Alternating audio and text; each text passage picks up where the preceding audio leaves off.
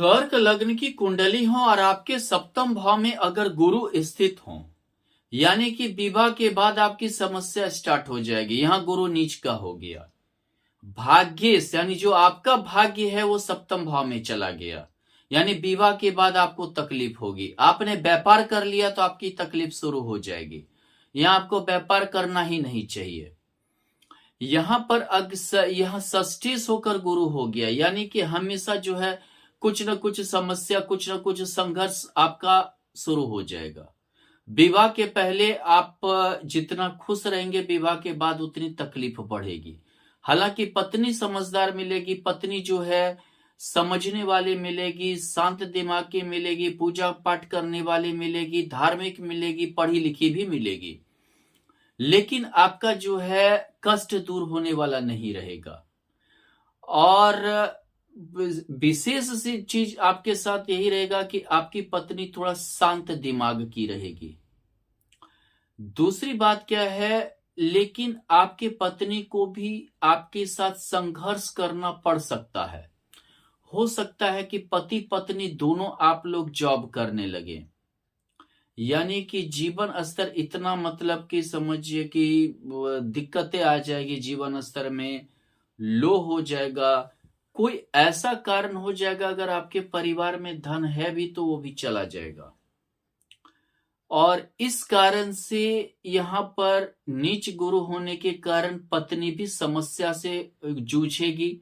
पेट, fatty liver, समझिए कि बाद में किडनी की समस्या, इन सभी समस्याओं से जूझ सकते हैं, इन सभी समस्याओं से को झेल सकते हैं। या समझिए थायराइड वगैरह होना। यहां पर एक चीज और भी है, आपका विवाह आपके लो स्टैंडर्ड से हो सकता है। हो सकता है कि आपका जो जीवन साथी है वो आपके परिवार के जीवन स्तर से उसकी जीवन स्तर जो है वो लो हो। यानी कि समझिए जीवन स्तर निम्न हो, ऐसा भी आपके साथ हो सकता है।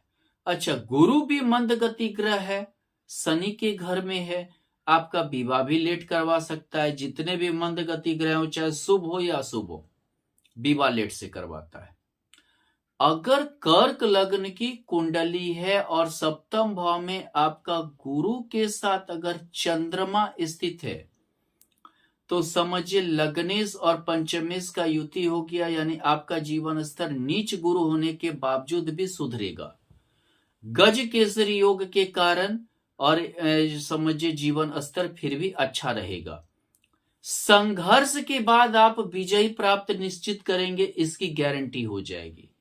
यानी संघर्ष तो रहेगा लेकिन आप विजयी भी प्राप्त करेंगे और अपने जीवन स्तर को सुधारेंगे भी, अपने जीवन स्तर को बहुत ऊंचा भी करेंगे और हमेशा कुछ ना कुछ प्राप्त करने की हमेशा चेष्टा भी रहेगी। यहां पर आपकी पत्नी को भी संघर्ष करना पड़ सकता है, लेकिन गारंटी यह है कि जीवन स्तर आपका सुधरेगा।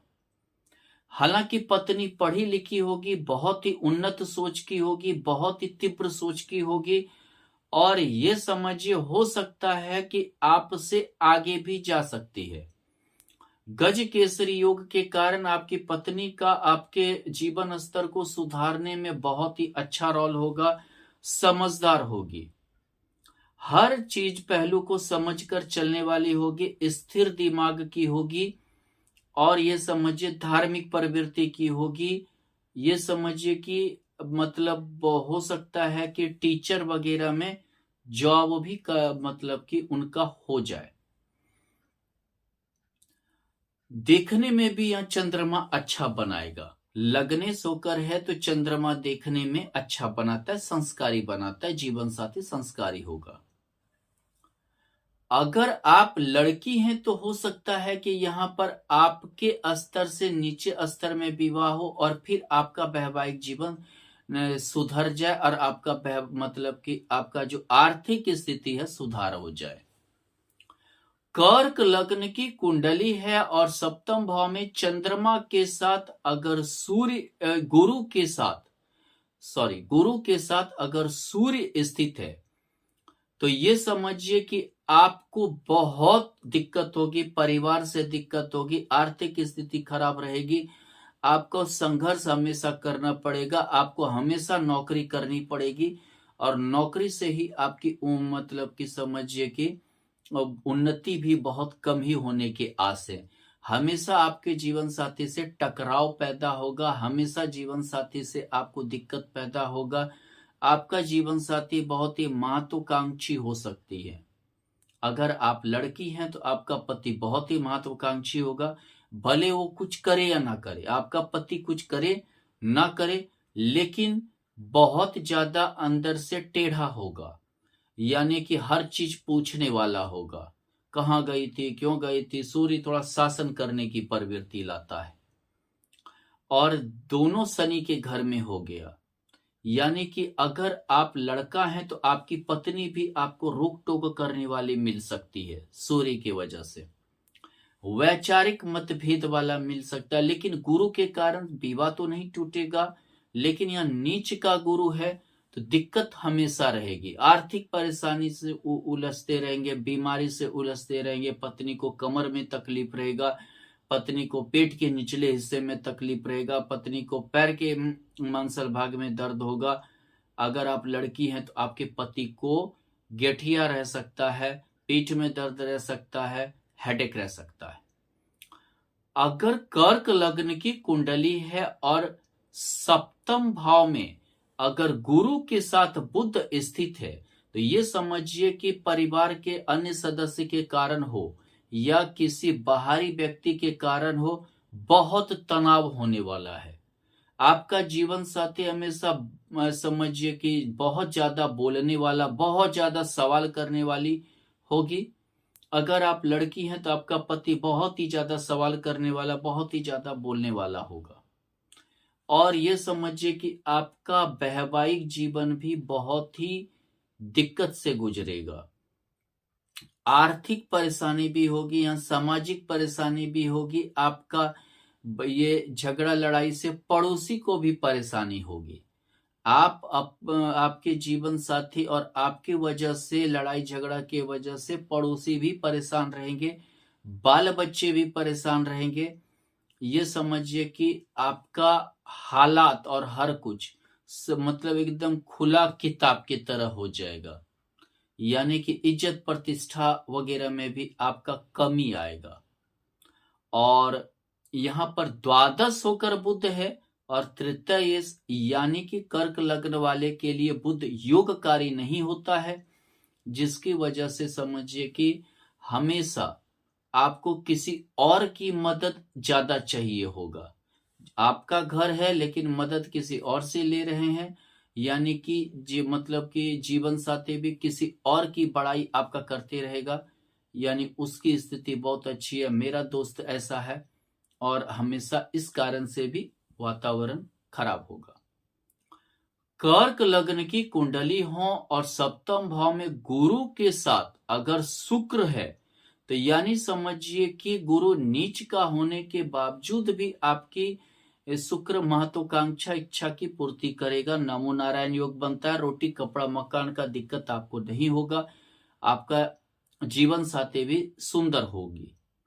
अगर आप लड़का हैं तो आपका जीवन साथी आपसे ज्यादा संस्कारी और ज्यादा सुंदर होगी। हालांकि आपको कितना भी आर्थिक परेशानी है, लेकिन बाद में स्थिति आपका सुधरेगा, बाद में आपकी आर्थिक स्थिति आपका बहुत अच्छा होगा। आपकी संघर्ष से ही महत्वाकांक्षा हो, अपने जीवन साथी का महत्वाकांक्षा निश्चित आप पूरा करेंगे। अगर आप लड़का हैं तो अपनी पत्नी का महत्वाकांक्षा पूरा करने में आप कोई कसर नहीं छोड़ेंगे। हालांकि पत्नी भी समझदार होगी, पत्नी भी पढ़ी लिखी होगी, पत्नी भी जो है आपके आर्थिक स्थिति को समझेगी, आपकी काबिलियत को भी वो समझेगी। यहां पर अगर मान लीजिए कि समझिए कि शुक्र और गुरु होने से एक चीज ये भी है कि पत्नी में एक कभी कभी जो है स्वभाव में एक तड़क भड़क रहेगा, कभी कभी वो धार्मिक प्रवृत्ति हो जाएगी, थोड़ा सा क्या है स्वभाव समझ में नहीं आएगा। अगर आप लड़की हैं तो आपके पति का भी स्थिति सुधरेगा, आपका जीवन साथी आपसे ज्यादा समझदार होगा, लड़की हैं तो आपका पति ज्यादा समझदार होगा, ज्यादा पढ़ा लिखा होगा, ज्यादा कोई भी चीज को धरातल से ज्ञान प्राप्त करने वाला होगा। आप कर्ज से ही सही लेकिन आर्थिक स्थिति जरूर सुधारेंगे। कर्क लग्न की कुंडली हो और सप्तम भाव में अगर मंगल स्थित हो तो ये समझिए गुरु के साथ, अगर गुरु के साथ मंगल की युति हो यानी मांगलिक कुंडली भी हो गया, लव मैरिज जहां कर लिया आपकी बर्बादी वहीं से शुरू हो जाएगी। इतना लड़ाई होगा, इतना झगड़ा होगा, इतना आपको नीचा दिखाने की कोशिश करेगी कि आपका विवाह टूट जाएगा। आपको इतना ज्यादा राय देगी, इतना दखल आपके जीवन में होगा, इतना दखल देगी कि निश्चित आपका वैवाहिक जीवन ही टूट जाएगा। आपका जीवन साथी आपसे ज्यादा अपने आप को होशियार समझेगी, अपने आप को ज्यादा वो काबिल समझेगी, अपने आप को, अपने बातों को ज्यादा ऊपर करने की कोशिश करेगी। वो चाहेगी हर चीज में आप राय लें। आप नौकरी कर रहे हैं फिर भी आप ऑफिस का भी राय अपनी पत्नी से ही लें। यानी आपका सुनने वाली नहीं होगी, आपको खाली सुनाने वाली होगी। यहाँ जाना पहचाना घर में भी विवाह हो सकता है, लव मैरिज भी हो सकता है, पंचम में सप्तम भाव में हो गया तो यानी कि आपको आपकी दिक्कत वहीं से शुरू हो जाएगी। आपको हमेशा अरेंज मैरिज की ओर ही सोचना चाहिए ताकि थोड़ा सा सामाजिक होता है, आपका विवाह में उतना परेशानी नहीं आए। लेकिन जहां तक ये दखल देने वाली चीज है, राय ले, मतलब हमसे ले, और हमेशा भोग की प्रवृत्ति रहेगा, आपकी पत्नी में हमेशा भोग की प्रवृत्ति जो है ये मतलब बहुत ही कूट कूट कर भरा हुआ रहेगा। कर्क लग्न की कुंडली हो और आपके सप्तम भाव में अगर गुरु के साथ शनि स्थित हो जाए तो ये समझिए आपका वैवाहिक जीवन टूटना ही टूटना है। एक तो विवाह ही होना असंभव होने लगेगा, कई रिश्ते टूटेंगे, आपके रिश्ता टूटने के बाद आपका विवाह का योग बन सकता है।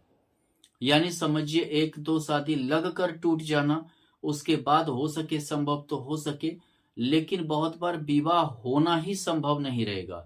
अगर हो गया तो वैवाहिक जीवन नीरस रहेगा, अगर विवाह हो भी गया तो वैवाहिक जीवन नीरस रहेगा। पत्नी इतनी गंभीर मिलेगी, वो हमेशा आपको खाली दुनियादारी सिर्फ सिखाएगी, यानी हमेशा आप दुनियादारी की ओर ही रहेंगे। अगर आप लड़की हैं तो समझिए आपका भी उम्र पर शादी होगा और आपका जो ये जो पति होगा इतना गंभीर होगा तो हमेशा जो है वो उत्तरदायित्व को ही समझाने की आपको कोशिश करता रहेगा, जिसके चलते वैवाहिक जीवन नीरस हो जाएगा, वैवाहिक जीवन में कोई रस नहीं रहेगा। यानी समझिए कि आपका एक फिजिकल रिलेशनशिप भी हमेशा गड़बड़ रहेगी, हमेशा आप जो है मतलब एक नीरस वैवाहिक जीवन की ओर जाएंगे। यहां पर क्या होता है कि कभी कभी जो है कुछ ऐसी चीजें होती है जो आप किसी को बता भी नहीं सकते हैं, कुछ ऐसे जो है अंदरूनी रहती हैं, मतलब बातें भी होती हैं, ये रहती हैं जो आप किसी को खोल भी नहीं सकते हैं, आप बता भी नहीं सकते। कर्क लग्न की कुंडली हो और सप्तम भाव में अगर गुरु के साथ राहु हो गया, एक तो नीच का गुरु ऊपर से राहु, गुरु चांडाल योग हो गया, तो ये समझिए आपको हमेशा आपकी पत्नी ताना देगी, हमेशा कूट वाली भाषा बोलेगी, हमेशा आपको तकलीफ देने की कोशिश करेगी। उसे आपको तकलीफ देने में ही मजा आएगा। उसे ये समझिए कि किसी दूसरे को लेकर, किसी तीसरे को लेकर हमेशा नोक झोंक होते रहना, आपको हमेशा नीचे दिखाना, यानी कि आप उसके लिए कमा के कुछ नहीं कर सकते, इस टाइप से आपको प्रताड़ित करना, यही एक नेचर रहेगा। अगर कर्क लग्न की कुंडली है और सप्तम भाव में गुरु के साथ अगर केतु हो गया तो आप वैवाहिक जीवन निभा नहीं पाएंगे। अगर विवाह गलती से हो गया तो वैवाहिक जीवन नहीं निभेगा। हो सकता है कि आप पत्नी को ही छोड़कर चल दें, या आप इस चीज को मान लेंगे कि हमसे घर गृहस्थी नहीं चलने वाला है, हम घर गृहस्थी नहीं चला पाएंगे, हम जो है नहीं ये कर मतलब परिवार ढो पाएंगे। इस तरह की मानसिकता से आप ग्रसित रहेंगे। धन्यवाद।